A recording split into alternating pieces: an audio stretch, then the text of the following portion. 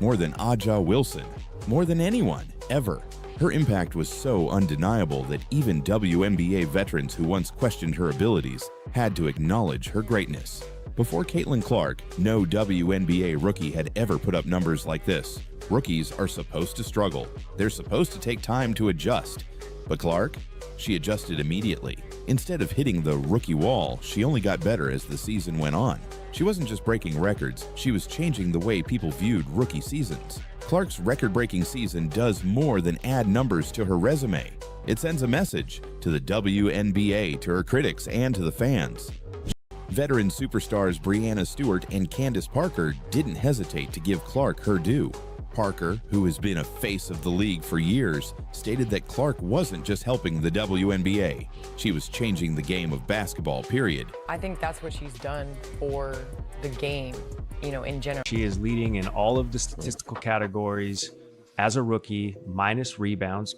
Obviously, Angel Reese is averaging a double-double, but the impact on the team, we are talking again at nauseum about Caitlin Clark leading as a rookie the Fever to the playoffs for the first time since 2016. They are ahead of the Chicago Sky. So I think, to me, if this is even breaching a conversation of splitting this, it might as well be, hey, you're a rookie, here's an award. You're also a rookie, here's just an award for being a rookie. However, as the season unfolded, Leslie's stance shifted.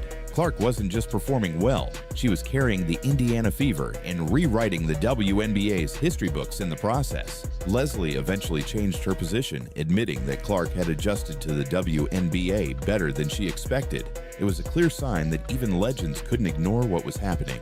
Cynthia Cooper had been one of Clark's biggest question marks. Lisa Leslie made headlines when she publicly stated that Caitlin Clark and Angel Reese should share the Rookie of the Year award.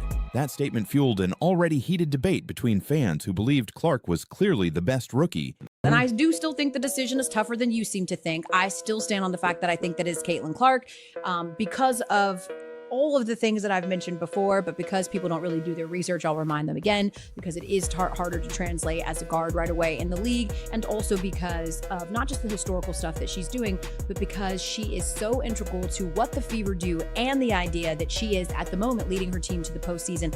How you contribute to your team and what your contributions mean in terms of team success is important. And so I think that it should be Caitlin Clark as Rookie of the Year, while I still enjoy the debate for people that feel like it should be Angel Reese. And those who wanted Reese to receive equal recognition. So how exactly did she turn the WNBA into must-watch television? Let's break it all down. The Caitlin Clark effect is real, measurable, and impossible to ignore. Before Clark, WNBA arenas rarely sold out. The moment she entered the league, Indiana Fever games became the hottest ticket in sports. Road games in New York, Los Angeles, and Las Vegas packed. Even teams that never struggled to sell tickets, like the Chicago Sky and Phoenix Mercury, saw Clark-related attendance spikes. And it wasn't just in-person crowds, TV numbers skyrocketed too. The Indiana Fever's debut game shattered viewership records, pulling in millions of viewers, more than some NBA playoff games. ESPN, ABC, and CBS started prioritizing WNBA broadcasts like never before. Why? Because people were tuning in specifically to watch Clark play. When one of the most respected Indiana Fever legends gives you that kind of praise, it's hard for critics to keep their argument alive. Clark's redemption story was never about words, it was about actions. Clark didn't clap back at critics. She didn't engage in the off-court drama. She just played. And in doing so, she proved every hater wrong. She forced Swoops to watch as her former teammate praised Clark. She had Jonquel Jones publicly shutting down negative narratives. She earned the respect of Tamika Catchings, an Indiana Fever icon. This wasn't just about basketball, it was about validation. And by the end of the season, there was only one question left. Who's still doubting Caitlin Clark now? Multiple MVPs, past and present, saw the impact she was making. So how did this full circle moment unfold? And what did it mean for Clark's journey? That's how many WNBA records Caitlin Clark rewrote in her first season alone. From assists to three-pointers to all-star votes, she didn't just make history, she erased the old records and built new ones in their place. But the real question is, how did she do it? Let's break down the numbers that even Clark's biggest critics can't argue with. When Caitlin Clark stepped onto the court for her WNBA debut, expectations were sky high. But instead of crumbling under the pressure, she thrived. Her playmaking ability was immediately on display, and it didn't take long for her to start shattering records. Most assists in a single season by a rookie. Clark owns it. Let's break it all down.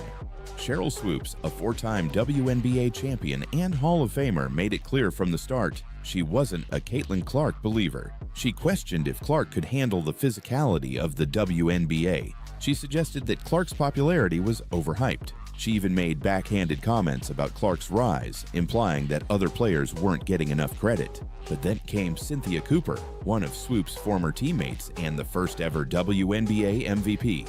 Cooper publicly defended Clark, calling her one of the craftiest players she's ever seen. Before Clark even stepped onto a WNBA court, Tracy warned that reality was coming and that Clark would struggle to adjust to playing against grown women.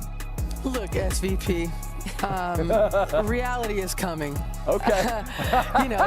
There's levels to this thing, and that's just life. We all went through it. Of course. And you see it on the NBA side, and you're going to see it on this side, where, you look superhuman playing against 18-year-olds, but you're going to come with some grown women that have been playing professional basketball for a long time. At the time, it seemed like just another veteran humbling a rookie, but most assists in a single season by a rookie. Clark owns it. Most assists in a single game by a rookie? That's hers too. But she wasn't just dishing out assists. She was a scoring machine. Clark broke multiple three-point shooting records, proving that her limitless range from college translated perfectly to the pro game. And that wasn't even the most impressive part. Clark wasn't just dominating on the court, she was dominating the conversation. Her popularity reached unprecedented levels, and fans made sure the league took notice.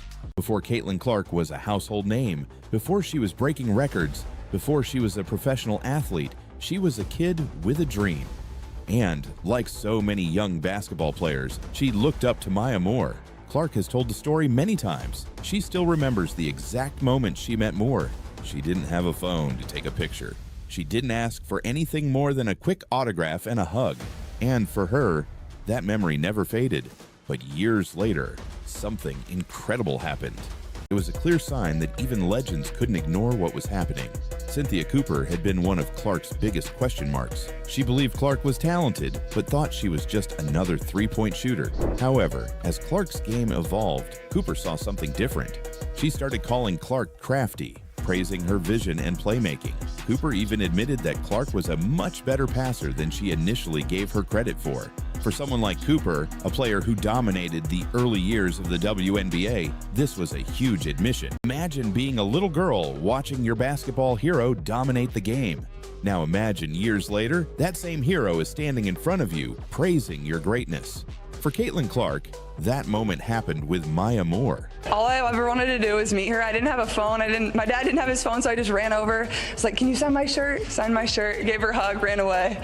It's like the most vivid memory I have of like women's basketball growing up. And like, honestly, like I still tell everybody that story because it meant so much to me. It's like so cool. Clark's impact wasn't just about scoring. She was dictating the pace of games, setting teammates up for success, and thriving under pressure. By mid-season, Taurasi's tone changed. Instead of talking about Clark's weaknesses, she was suddenly talking about Clark's work ethic, her ability to handle pressure, and her love for the game. Taurasi even went as far as to embrace Clark post-game, offering her respect in front of the cameras. This wasn't just a small moment, it was a complete reversal.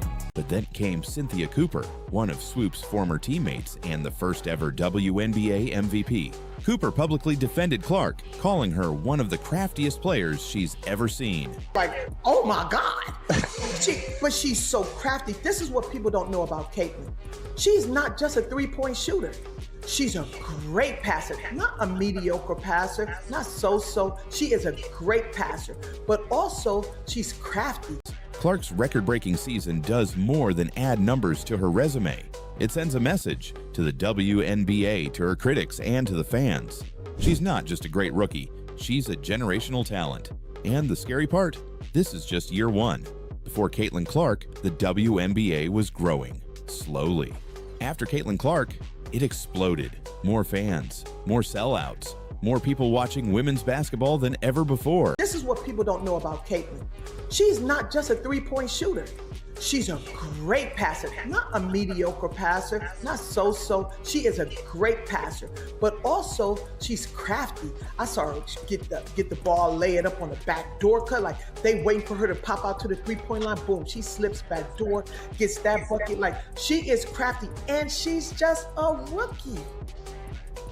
She's just a rookie. Diana Taurasi, a WNBA legend, laughed off the idea that Caitlin Clark would dominate at the next level. Lisa Leslie questioned if she could even win Rookie of the Year outright. And Cynthia Cooper, she thought Clark was just another shooter. But then the season happened. Clark shattered records, brought millions of new fans to the WNBA, and turned former skeptics into believers. Now, the same legends who doubted her are praising her. Start off, Caitlin Clark right now, Indiana Fever. What is she doing for the WNBA? How much do you love it? Obviously, Caitlin Clark effect, being able to come in, but what I think is what she brings. Yeah. Coming from the college, there's a lot of great rookies that have come in. She's definitely spearheading it all. She acknowledged that Clark had transformed the Fever franchise overnight. She recognized that Clark wasn't just playing well, she was elevating the entire team. She heard the critics, she saw the hate, and instead of backing down, she proved them all wrong. From Cheryl Swoops questioning her toughness to Jonquel Jones shutting down false narratives. Be careful when you say like the Fever fans, because I don't think it's the Fever fans. I think it's the people that wanted Caitlin Clark to be a certain type of way and they thought that she was, and so they became Caitlin Clark fans, assuming that, and then they realized like, oh no, she's actually not racist.